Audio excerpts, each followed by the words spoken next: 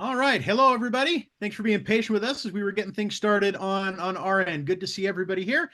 My name is Sparky Mortimer, and I'll be your MC today as we talk about Brown University's online Master of Public Health. And specifically, we're here to talk about admissions FAQs. We've got a good panel here with us today to help answer your questions along the way. So first, let's talk about, well, what we're here to talk about. So specifically, again, we're talking about the online Master of Public Health program, and we want to get you everything you need to know about your application. We're going to review what the application requirements are. We're going to talk about in depth about certain aspects of that application, talking about application fees, letters of recommendations, potential scholarships, personal statements, work experience. We're going to break down each of those elements. We're going to tell you how to maximize what you share with those things to help your application to really stand out. We'll also have time for Q&A at the end for live answers to your questions. So you'll see the Q&A button on your screen. Go ahead and tap or click that and type in your question. And then we'll have a good amount of time set aside at the end to go through those questions one by one. You don't have to wait until the Q&A portion starts to submit your question. Just as soon as you think of it, go ahead and pop it in. We will get to it when it's that time. So with that, I'd like to introduce our panelists that we have here today. First, we have Jen Nazarino, who is the Associate Director of the Online MPH program. She's also part of the admissions committee, so she sees your applications and helps weigh in on what helps us stand out. So we're grateful to have her perspective here. We also have Emily McGurl, who is a Brown University Online Programs Admissions Coordinator, so really specializing in this online space and helping students be able to make that successful transition to online programs. So Emily, glad to have you. And then Kim Pulaski is a Brown University enrollment coach. If you're not familiar with that term, essentially Kim's job is to help you do everything that you need in order to get your application submitted, whether that's helping you track down transcripts or letters of recommendation, just answering questions about the program. Kim's your go-to for all that information. So we're excited to hear from all three of these women here today. And so with that, I'm going to start things off with you, Kim. Let's just do a high-level overview of what the application checklist entails and what all these different steps are, and then we'll break down more of these as we go. Awesome. Thank you so much, Sparky. So as far as what is required, sort of the base minimum, you have to have your bachelor's degree completed already. Now that can be international. If that's the case, then you do need to get an international transcript evaluation. And we have a couple different companies we'll accept evaluations from. You need 2 years of professional work experience. And so traditionally this is full-time work, not bits and pieces of part-time works. It's full-time professional work. You need 3 letters of recommendation, and we're going to break this down just a little bit more as we go along, but they can be a combination of academic and professional. Really what I tell folks is you want to choose what's most relevant and current and people who are going to speak very loudly on your behalf. A personal statement, we are going to delve into this a little bit more in one of the pages coming up, so I'm not going to delve into that too much. This says official transcripts. As a matter of fact, we can accept unofficial transcripts when you're applying. The committee's been very kind in letting us do that. So unofficial transcripts are fine for your application. If accepted, however, you will be required to submit all official transcripts prior to starting the program. There is an application fee. We'll talk about that a little bit more as we move forward. And for international applicants, you very well may need to submit either a TOEFL or an IELTS grade or score. And then the West transcript evaluation, that is the most common company that we use or that people will use for transcript evaluations of international transcripts. But there, like I said, there's a couple other companies. We use ECE and Spantran as well. So those are the 3, WES, ECE, and Spantran. But those are the main documents that are required in your application. There are some questions that are embedded in the actual application that are a little repetitive to some of these documents, but you still have to answer everything completely and very thoroughly because the committee will read through all of this. Thanks. Awesome. Awesome. Thanks, Kim. Appreciate your overview of that. So again, this is the whole checklist, and then we're going to go and break down some of these particular elements, give you a little bit more information about each one. And again, as we go along the way, feel free to drop in a question. Again, we'll address it during that question and answer time. So first place we want to go are these application fees. So there is an application fee around, but there is a way to get assistance for that application fee through an application fee waiver. And so, Kim, let's talk a little bit more about this process. Absolutely. So the way to do the application fee waiver that I'm aware of, and maybe Jen has more information, but when it's time to submit your application, at the very last page, there is a link on there that you click on. You can request an application fee waiver. There's some criteria. It will take up to 3 business days for that decision to come back. They will email you, let you know if you've been approved or not. But it's definitely worth a shot. I always suggest doing that if you're not trying to beat a specific deadline. Give yourself a little wiggle room. Maybe you can get that application fee waived, but the application fee is $100. So, you know, if that gets waived, then that's fantastic. That's $100 in your back in your pocket. So that's the way to. Yeah. Jen, pretty safe to say that the earlier you apply, the greater likelihood that you can get that application fee waiver, right? Exactly. And we want education to be as accessible as possible. We know that the fee waiver is one way that we can help you to just realize that this, Brown could be an option for you. So don't hesitate to apply for the fee waiver. Okay. Absolutely. And you'll notice that as we go throughout the presentation here, you see that we've got the two fastest approaching application deadline. So the summer 2024 application is still open. That final application deadline is, just a couple of weeks away on February 15th. Also, that early action deadline, if you're thinking, maybe I'll wait until fall, that early action deadline is March 15th. And again, the earlier you get in that application, the greater likelihood that you can get that app fee waiver if you're interested in that. So just keep in mind those dates. We'll review those again as we go along. So great perspective on all that. Let's move on to letters of recommendation. So again, 3 professional and or academic recommendations are required. So Jen, this is where I turn to you in terms of what makes for a good letter of recommendation. If you're reviewing these as part of that admissions committee, what helps them stand out for you? Sure. So going off what Kim had mentioned, it's about making sure you have letters from individuals that can really talk in detail about your strengths, your interest in public health, how their relationship with you, their professional working relationship with you, whether they're a former faculty member, a professor that you worked with, your current supervisor, someone that can really attest to your strengths and the fit this program is. Like, is this a great fit for you and why you want to get into public health? So I would really strongly suggest finding those individuals. We have gotten letters from folks like applicants that have utilized their peers, let's say like a colleague.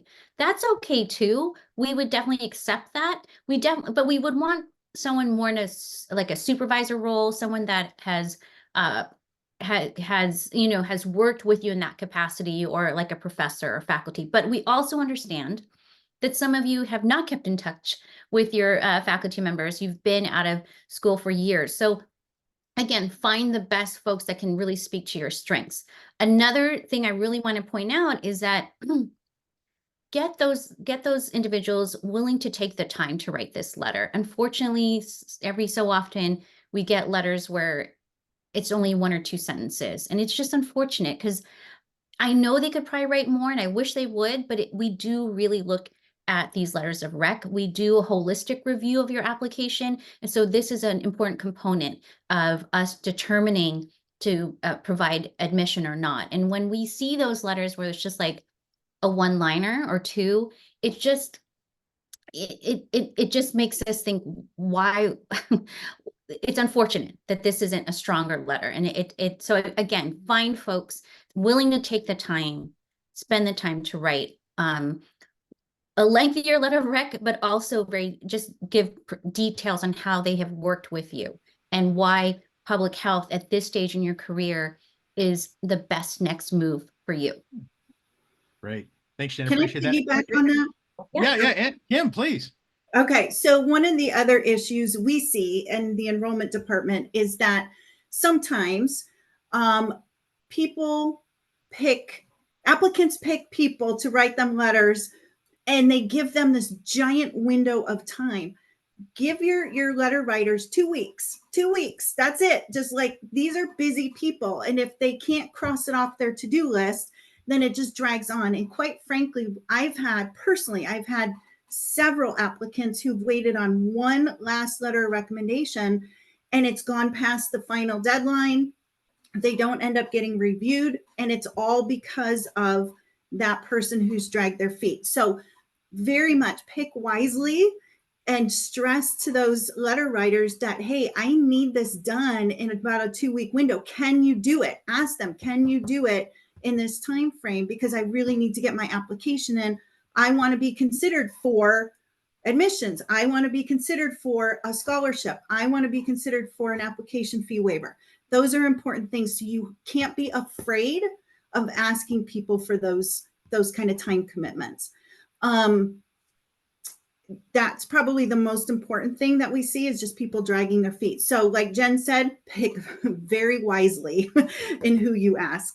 And just to add to that, so I write letters of rec for my current students. So what I would like, and I often ask them, please send me your personal statement. Please send me, what you've written, your draft so far, and let me see your CV. Because, like, it jogs our memory of like, okay, this student has done this, it just helps with writing that letter. So as much material you can give to your letter writers to brag about you on your behalf, the better.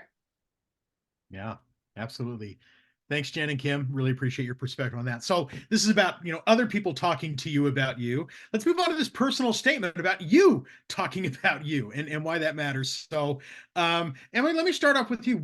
I'm sure you've seen plenty of these. What in your mind are some of those key elements of a successful personal statement? What helps it stand out?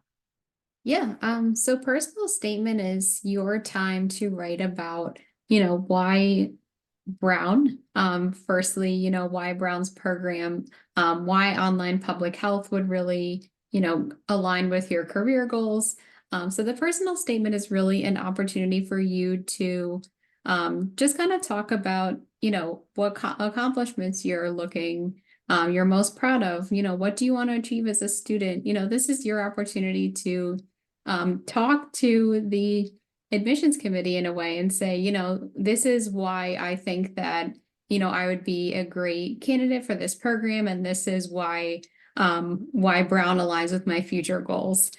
We often see some personal statements who, don't really include why Brown. So that's a very important component of why this program can help you professionally. So personal statements for me, ones I've seen in the past are definitely your time to just, talk about your experience. It's you outside of, your transcripts, your grades and everything that we see. So just gives you an opportunity to really express to the admissions committee why you're interested in the program and why public health. Jen, do you have any other points to add? Everything Emily said, in addition to that, is just like, why public health? Why online? Why do you want to do an online degree? What is it about doing an online MPH? And it could be flexibility, inability to move, like all that. We want to hear it. We want to know. Another thing I really want to stress, you should definitely talk about yourself, definitely talk about your accomplishments, but how are you going to serve others? Public health is a degree focused on population health. What populations do you care about? What populations are you going to use our courses, whether it's epidemiology, biostats, qualitative research, social determinants of health? How are you going to use our courses to get you to that next level, to in a position where you can serve and help others and lead and be a leader and communicate around public health? But that's some of the strongest personal statements, is how are you using this degree to help others? I will say personal statements that are, again, only a paragraph long. It signals to the faculty committee that you're not really as serious about, this degree, if you're not going to take the time to at least write, a page and a half of your personal statement. It's just, a paragraph. It just leaves a certain, it leaves a certain perspective on us that maybe this isn't your top priority, getting into a master's program in public health. Yeah, I completely understand. And I think that's especially important, that last note that we have there. If you plan to pivot from another industry, share why you like to do so. That speaks to that. And Kim, I saw you came off mute. So whether it's related to that or something else, what else would you add to what's already been said? Yeah, no, that's a great point. I think the thing I stress with people is you've got to really let your passion shine through in your personal statement. And for everybody who's listening to this webinar, if you didn't understand or feel that passion from Jen as she's talking about these things, then you're missing the boat, because everybody on that committee are incredibly passionate about helping others. And so ideally they're looking for like-minded people, right, to go out and help improve things in the world and in the communities. So you want to make sure you address that and definitely let your passion shine through. Yes. And just to add to that, it's just when I see personal statements where, yes, we've all gone through certain challenges and have gone through some tough times, and please talk about that, but that can't be the only thing you talk about. Like, so how have you become resilient? How has that shaped you to the person that you are today, to now want to help others because you've been there, you've gone through something, right? So that's another, like, if I see a page and a half or 2 pages of you just telling me everything that's gone wrong and not sharing with us, well, how do you want to be the change maker? How do you want to be the agent of change in using the MPH to be that person? That's what we want to see. All right. Just another thing to add. All right. Thank you all. Really great insights into all that. So obviously the personal statement says some things about you, and also your professional work experience says a lot about you. And that's one of the things that we talked about off the top, that, at least 2 years of work experience is a big part of this application process. So what I pose to the group is, well, why is that? Why is it important to bring that work experience with you into the program? Jen, I'll start with you. Why does this matter? Yes. So this program was designed for working professionals. This program was designed for you to be in conversations with your peers, to learn from each other. And so in order to really build a successful cohort of working professionals, we would want you to at least have 2 years of experience so that you can contribute to the conversations. I will say the last cohort we just admitted, 40% of them already have some kind of advanced degree or have worked for at least 4 or 10 years. I mean, 2 years minimum, but just that will be your peers. Those will be your cohort. So we really want to make sure that you feel ready to be in these conversations, that you can contribute. And the way to do that is because you've had work experience, not necessarily in public health. It could be public health adjacent or come from a different industry. We want to bring as many interdisciplinary folks into the program, but again, we want that real world professional experience, because you will take so much more from the program when you've actually been out in the world for a bit and worked and faced challenges and have seen maybe public health related issues that has inspired you to now get an MPH. Yeah, and in addition to that, I think, and Emily, this is where I lean into your experience, probably also a greater likelihood of being able to succeed as an online student in terms of just time management, using different online tools to communicate. Why else do you feel this work experience requirement is beneficial, particularly given the online nature of the program? Yeah, absolutely. So working professionals have definitely, we hope, gotten, a little bit more organized. You're able to, deal with all of the deadlines that might be coming up for, an online space. And you're also able to bring a lot of different perspectives. Public health is across various disciplines, especially in our program. We have a really diverse group of students who've come from, public health backgrounds, but also not from public health backgrounds. So it's really, you're going to get a lot out of the program with having that 2-year minimum work experience, and also not being in person, but you're also going to relate to your classmates as well. And, I'll learn a lot from your classmates through, different disciplines that you might not be coming from. So, even though you're in an online space, you're still able to, learn a lot from everybody with their backgrounds coming to this program. Okay. Fantastic. Thanks, Emily. Appreciate that. So this is semi application related, but the idea of the scholarships, are they available? How does that fit into the application process? And so, yes, there are scholarships that are available. No, there's not a separate application that's needed. Jen, fill us in a little bit more about the scholarship process and how it aligns with the application process. Sure. Sure. So we understand. So these are merit-based scholarships, right? So, and we understand the high cost of master's programs. And so we are providing, you can qualify for a 20%, 33, 50 to 100% scholarship, merit-based scholarship. The way that we assess is based on your GPA, your work experience, and your letters, and we look at your application holistically. We compare it to the pool of students that you are applying with, and then we will provide merit-based scholarships accordingly, right? So again, bring your best foot forward. You know, we want to hear as much as we can about you.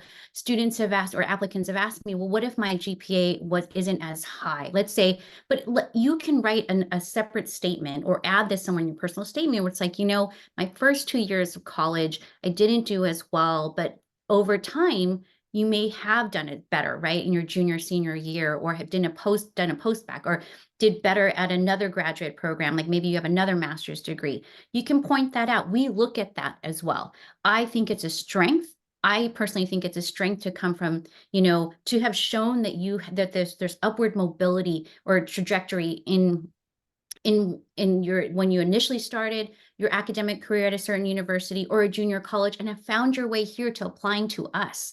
But we want to see that you can explain to us, like, if if you feel like, oh, the GPA isn't as high as I'd hoped it would be. We want to hear from you. Was there certain challenges you were going through during college? Did you have to work full time during your time at college?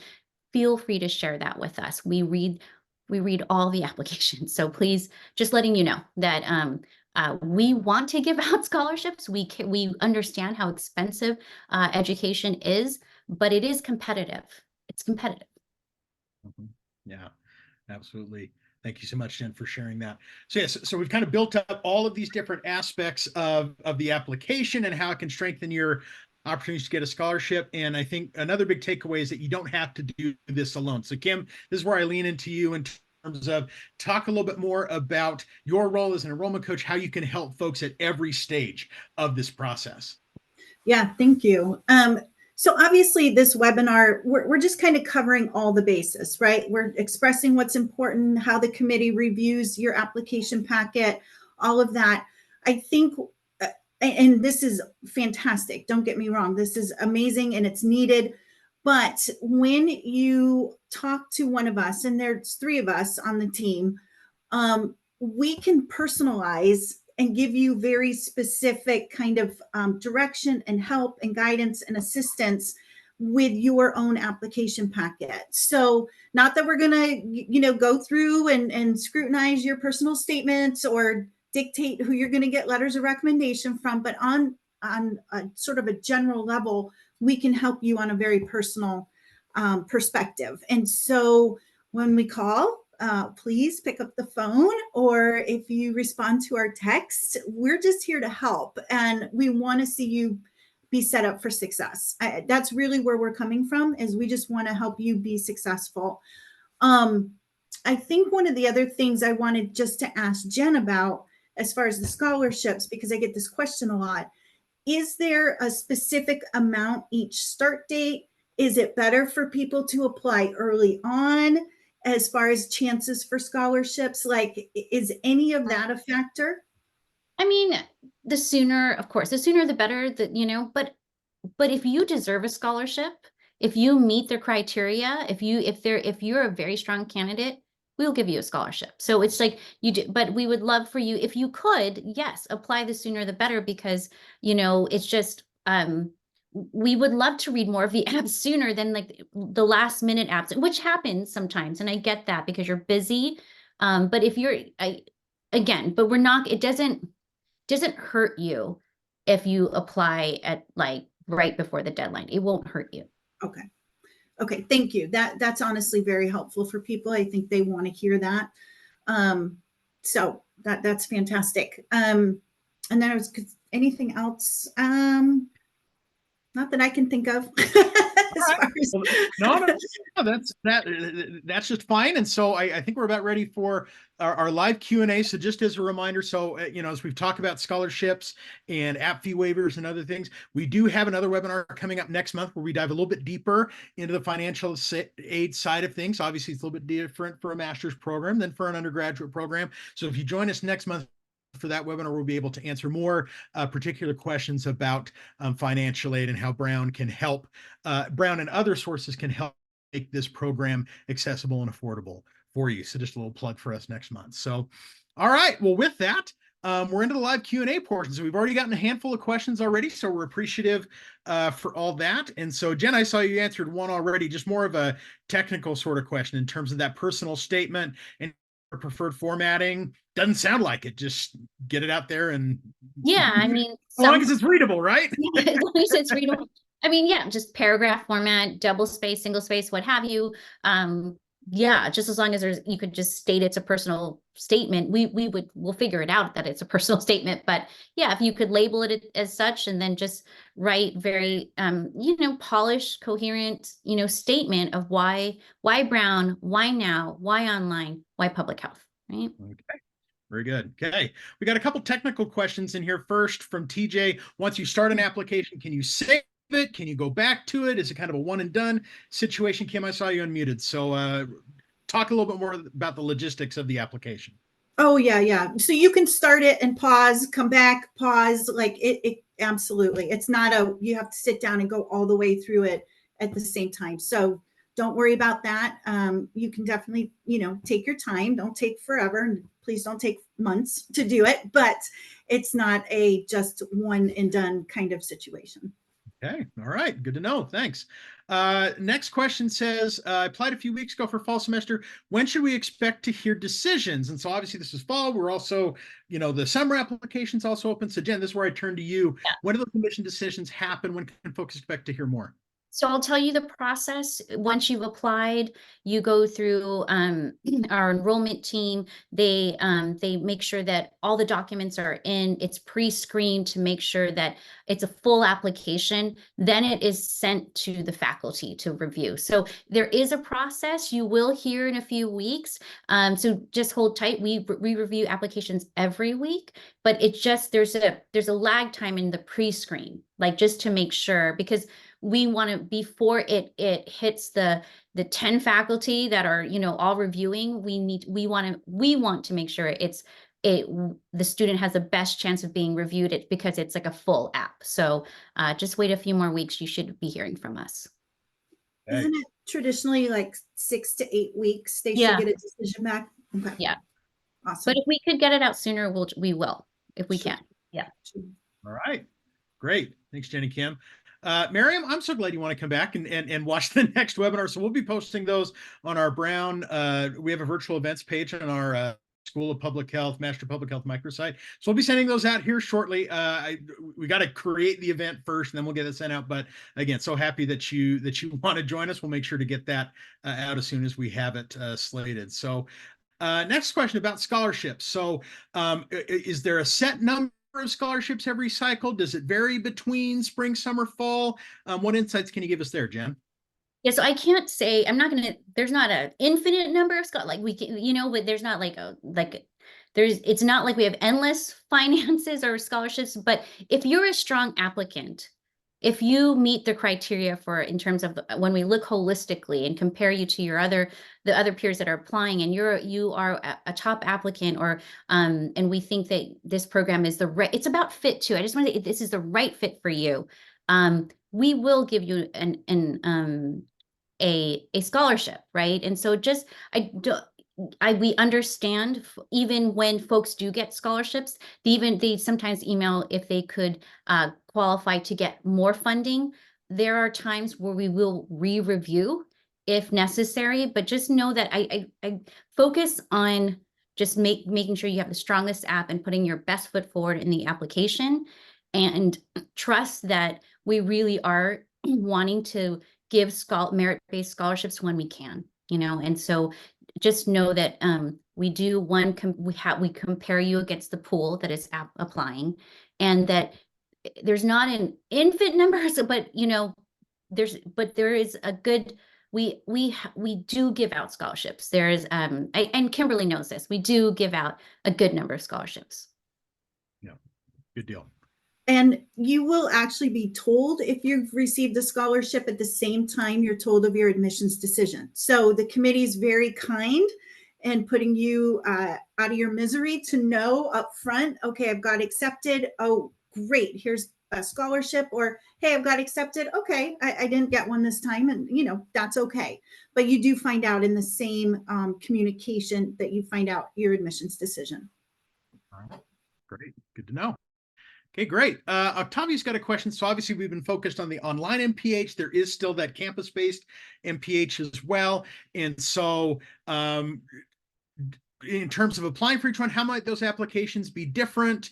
Or, if someone's kind of on the fence on which way they want to go, let's tackle that in terms of maybe how those application processes might be different, and kind of what factors play into that kind of a decision of online versus on campus. Emily, maybe that's something you can start us off with, maybe understanding a little bit more about the differences between those processes. Yeah.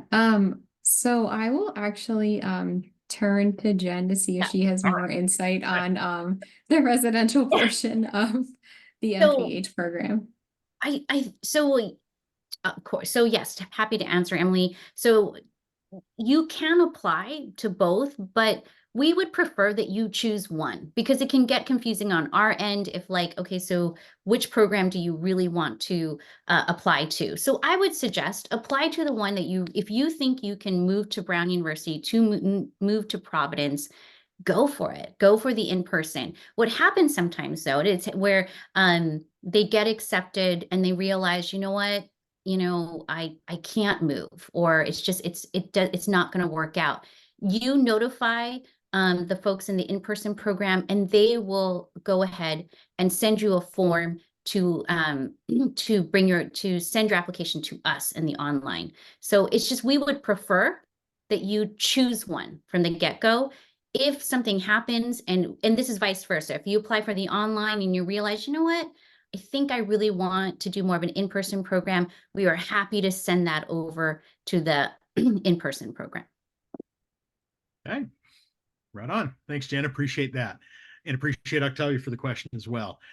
Drew's asking, so this is more about kind of the program itself, opportunities to collaborate with faculty on research. Maybe this feeds into that personal statement thing. Hey, here's what I'm looking forward to. Here's what I'm going to be part of in the program. So Jen, this is where I lean to you in terms of a little bit more about the program itself and what collab opportunities there are.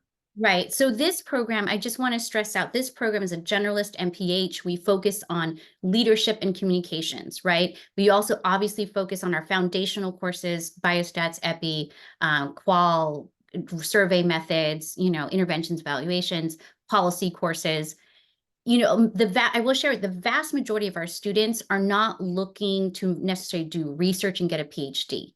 A lot of our students tend to want to maybe move into public health or get promoted within their career and using their master's in public health to do that. However, we do have a handful of students that I just had a student right now that wants to work with faculty in our gerontology and health policy department.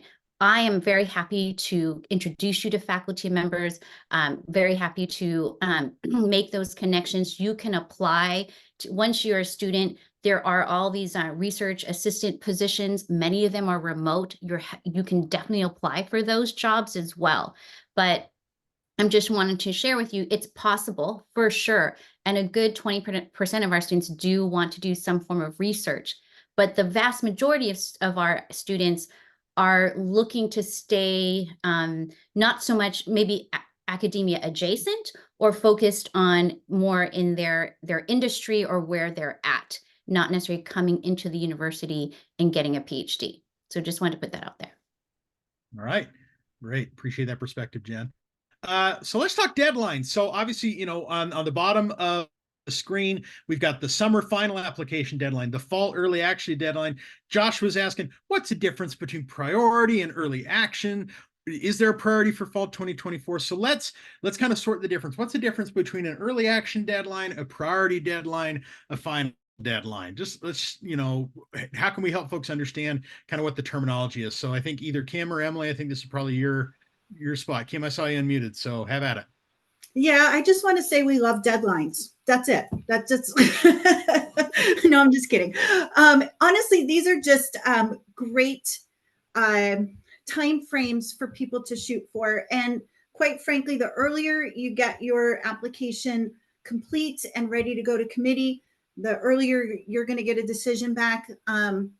We do tend to have people who apply to multiple schools and multiple programs. And so often if you are waiting on answers or decisions from different universities, this, we can promise you, it's rolling admissions. So that's really nice for people who need to have answers sooner than later. Plus, there is, a little bit higher opportunity for those to be looked at a little bit heavier for some of those merit-based scholarships.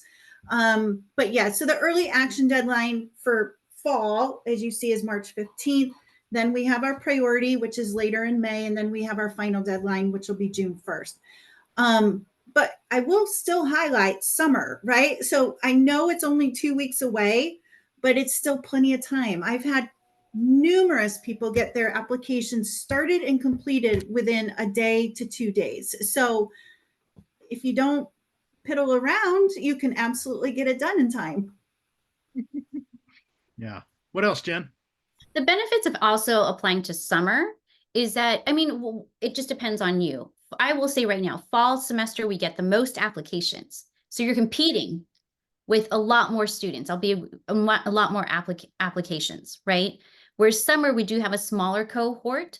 So again, if you got in, you would be part of a smaller cohort of students, and just by virtue of number, just be more competitive for scholarships. Okay, great. Thanks. Appreciate that. Let's see. Next question. Hi, I'm a pediatrician. Are there options to do some courses from the clinical track as well, either online or in person? Jen, you unmuted right away, so I think you've got a good answer for Yes, this one.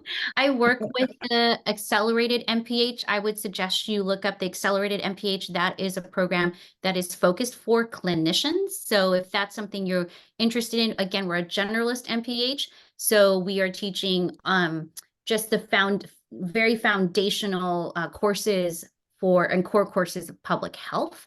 The AMPH, which is accelerated MPH, is very much focused on clinical trials, other courses that, maybe physicians may be leaning toward in terms of data gathering. So just something to think about to weigh your options. I will also share, though, we do have a good number of clinicians in this program because it is completely fully online. They don't have to leave their place of work. They can continue to be clinicians and physicians and nurse practitioners and what have you, and do this program without having to really change their work professional life.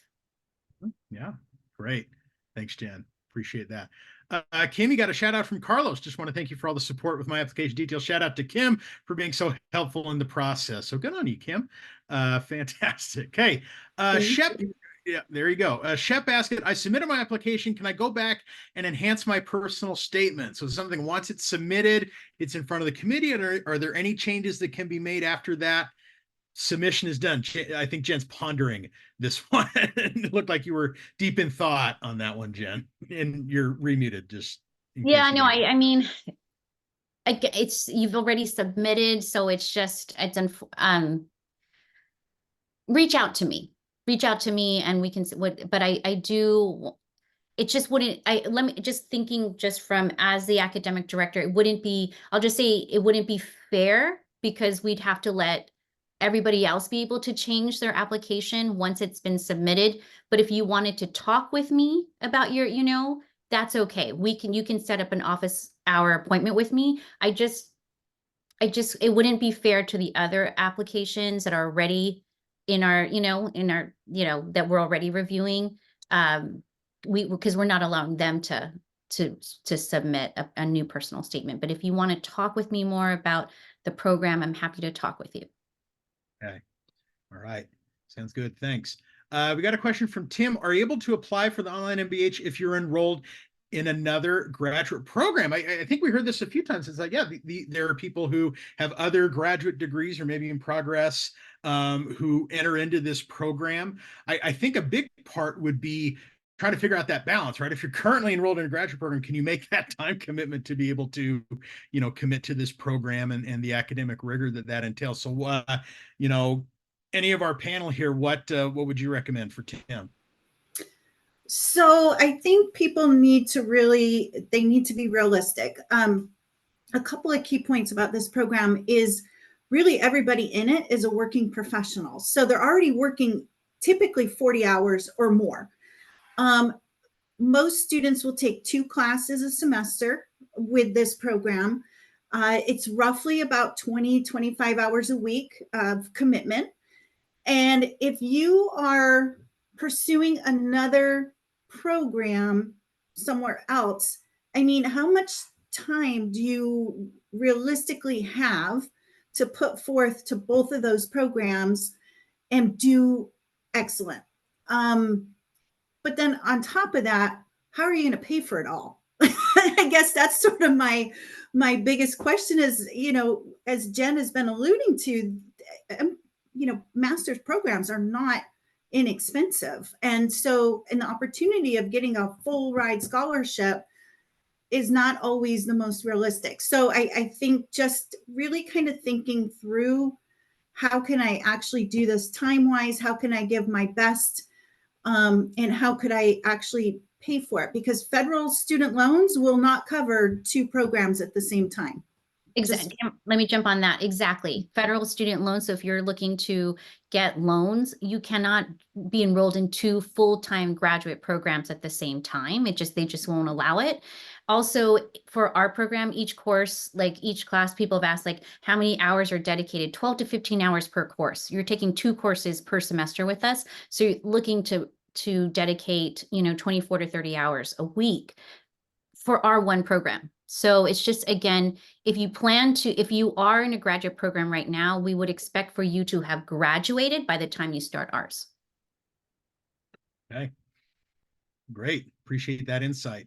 Maria asked, do you accept international students? Yes. And I know we hit on some of the perhaps additional requirements or kind of differentiation of how how we handle those international applicants. I know this next question after Maria's talks about I took occupational English tests similar to IELTS, have a letter from the school. So Kim, this is where I turn to you in terms of, is there any sort of flexibility in terms of those types of international requirements? What can you tell us?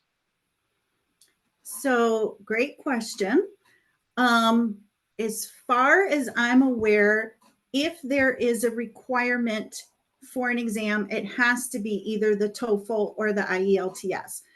I know there are some exemptions, and this is where you would really benefit from talking one-on-one with one of the enrollment coaches. So even if it's just email, if you're international and you live overseas and you've joined us for this webinar, that's great. We can just email back and forth and really help pinpoint where you're at specifically and what you will need and be required to submit for your application. So I think I'd like to leave it at that, Sparky, without going into all the nuances and opportunities for countries and parts of countries and universities. And so it's too much. Right, yeah. Yeah. Yeah, no, totally understand. And that's where that enrollment coach like Kim is invaluable, because you get that opportunity for that one-on-one personalized overview of things. That goes along with what Fidelity is asking. So just, you talked about IELTS or TOEFL. Just a reminder, other credentialing agencies for international students. I know we had a lot of acronyms out there, but just a review of international students and kind of those different agencies or different places that are important for international students to know. Oh, I'm sorry. Did you want me to go over those 3? Yes. Okay. Yes, please. Okay. Yes. So as far as transcript evaluation, everybody who lives internationally is going to have to get a transcript evaluation. I'm sorry. Doesn't matter if you live internationally. It's if you went to school overseas outside of the US. There will be requirements to do a transcript evaluation. So we use 3 companies. We'll accept evaluations from. One is WES, WES. That is the most popular by far. ECE is another one, and then SpanTran is the third one. So we will accept evaluations from all three of those companies. I will say that it's not a fast process, and so usually it takes a month. Typically, I mean, sometimes it's a little longer, but I've heard a month is sort of the traditional time frame. So you want to make sure you give yourself enough time to get that ball rolling, and those companies will walk you through their individual processes and how you get your transcript to them and what to do after that. Right. Okay. Thanks, Kim. Appreciate that.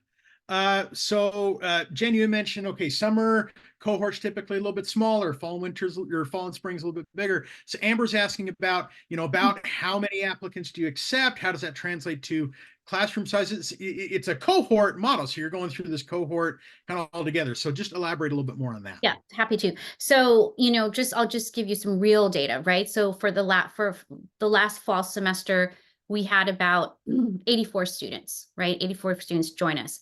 And this past spring, we have about 35 students, right? So, so we're just to think about for fall, when we have, just to share with you, if we have courses that are above 60 students, we will have a faculty co-instructor. So you will have 2 faculty in those courses. So it wouldn't just be one faculty member teaching 90 students. That would never happen in our program.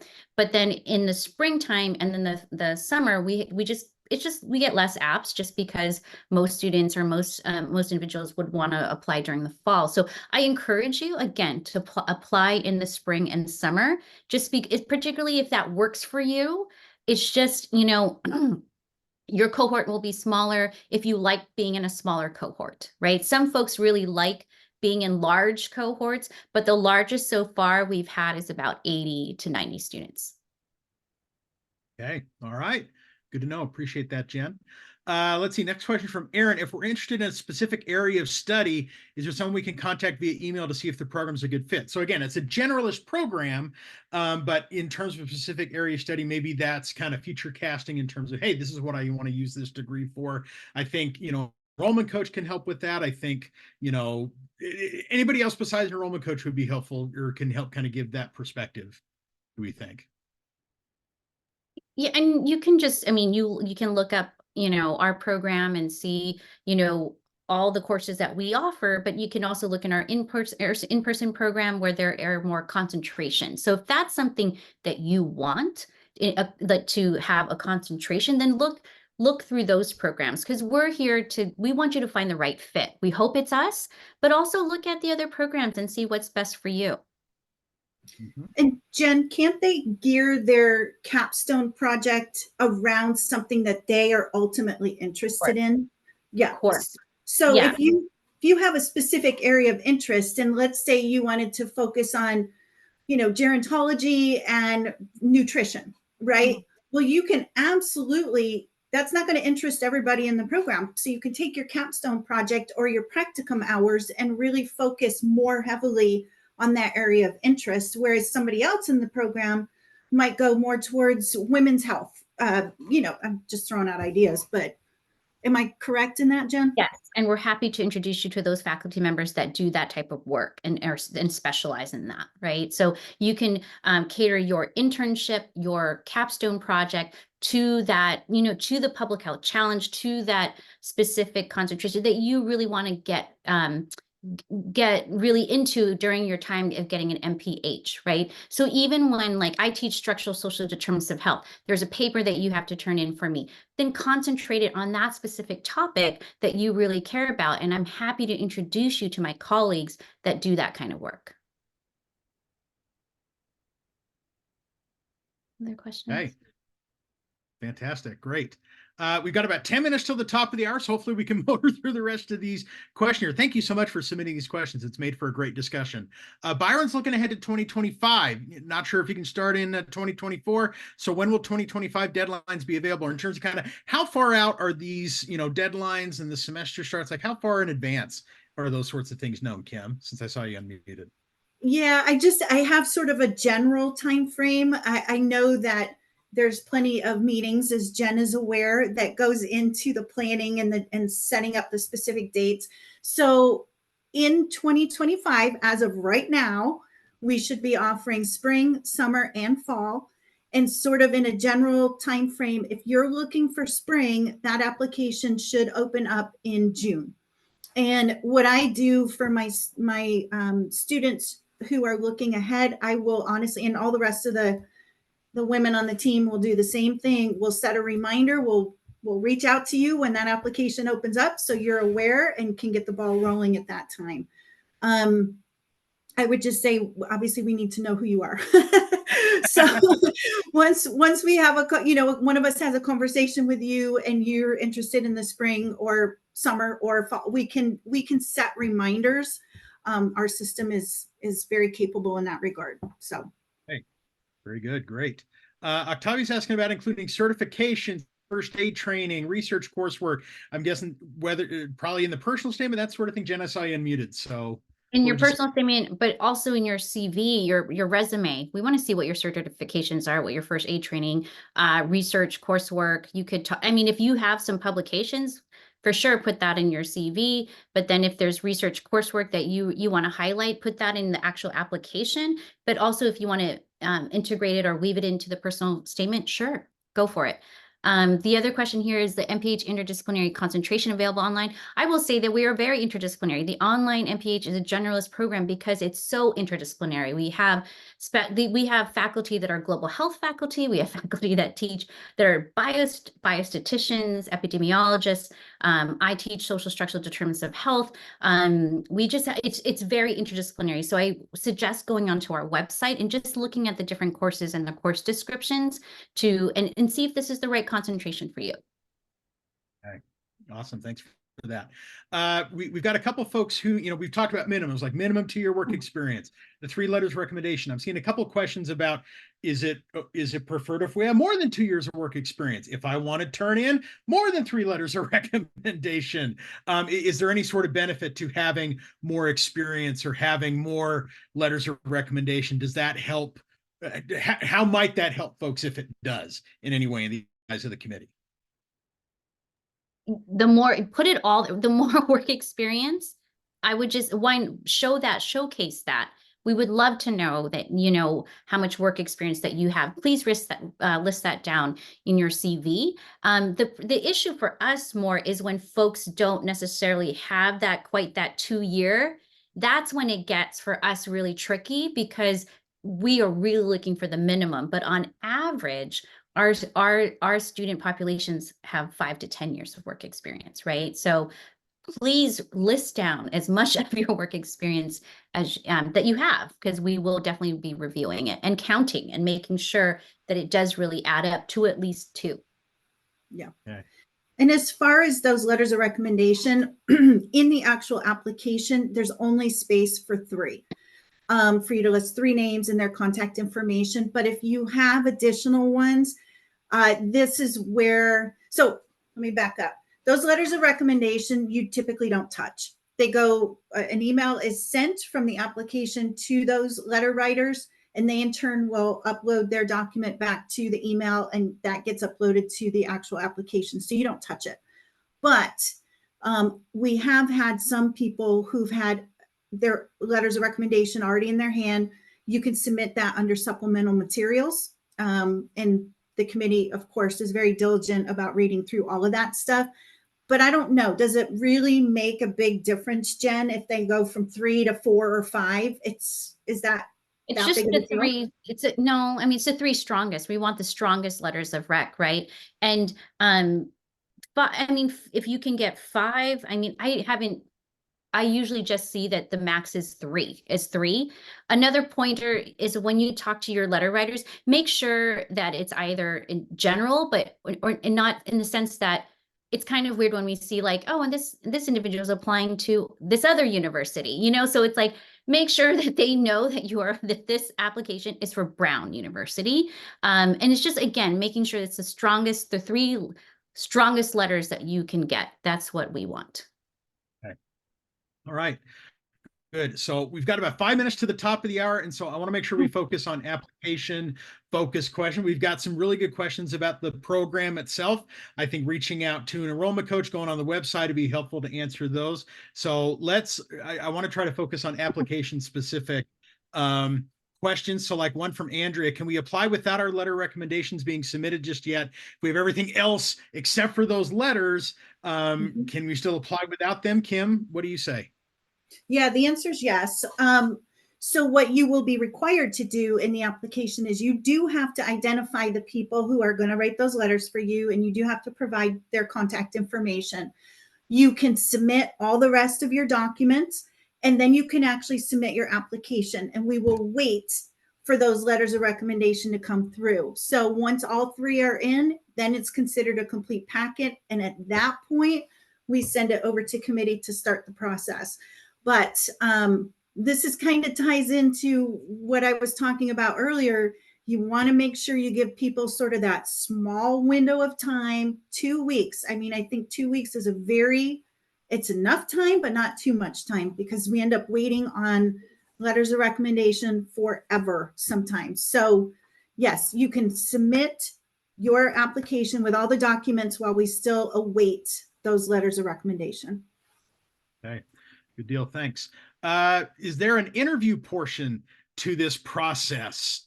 I'm going to say no, right? Because it's an online application. The committee reviews all of that just in that online and what this is. So no interview portion there. A couple questions, or let's see. Sorry, just trying to scroll down. Tony asked about part-time students and applicants scholarship. So part-time, full-time, what does that look like in this program, Jen, and what opportunities are available for folks? You can qualify for a scholarship whether you're full-time or part-time. It's about how strong your application is. Part-time is you take one class a semester. So you'll graduate a little later, but if that's what works for you, great. I do want to talk about class size. Yes, you may start with a cohort of like, I don't know, 30, maybe 50, who knows? But some of your cohort may start to go part-time. So you may, everybody starts to have a different schedule. So I'm just saying, like, the vast majority, like our incoming first cohort, they came in with 60, and which was great, but about 45 of them will graduate having taken the program full time. But the 15 that have said, oh, I actually need to just do part-time, so they're going to graduate with another cohort. Just all to say that we do have cohorts, but sometimes your peers' schedules change. So you may be moving through the program differently from your peers. Got it. Okay, good to know. Just right before we get to the top here, there's a couple questions about transcripts. So one from Brian, in terms of submitting transcripts, he's ordered them. How does he go about forwarding them to Brown? So Kim, I saw a deep nod in that one. So if someone's in Brian's spot, they've ordered them. How do they get them out to you guys? Okay. So my question to you, Brian, is have you talked to one of us? If so, then so it's either myself, Kim, Kristen, or Roseanne right now, and Katie should be coming back very shortly. We'll be able to give you the address to have it sent to.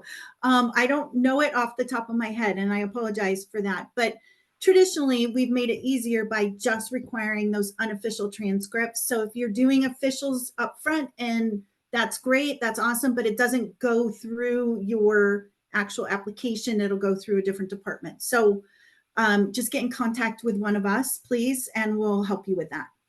Okay, great. And then one last international transfer question. Ernest says, hey, if my transcript was evaluated by Wes years ago, can I use that report? Does it have to be fresh? What do you say to that, Kim? No, it should be just fine. Yeah. Okay. Excellent. Yeah. Fantastic. Good. Well, we're at the top of the hour. It's been a great hour. If you have a question that we weren't able to get to, I'm so sorry. We only have so much time to do this, but I'm going to put the number in here for this is the number to our enrollment coaches. There's also an email address there. So take a screenshot of that really quick, and you can send these questions to Kim and her team personally. And just a reminder of these deadlines coming up. So again, it's not too late to start this summer. You can apply within the next couple weeks, within that February 15th deadline, is start classes this May. If you're interested in fall, the early action application deadline is March. And then we talked about May, June being those priority final application deadlines for classes starting on September 6th. So again, thanks to everybody for your attendance. Thanks so much for your questions. Thanks to Emily and Kim and Jen for joining us today as well, and for your perspective, and appreciate everything that everybody has done to make this hour a great one. So have a good rest of your day and week, and take care, everybody. Thank you. Thanks, Sparky. All righty. Hey. Thank you, bye-bye. everybody. Bye, Emily.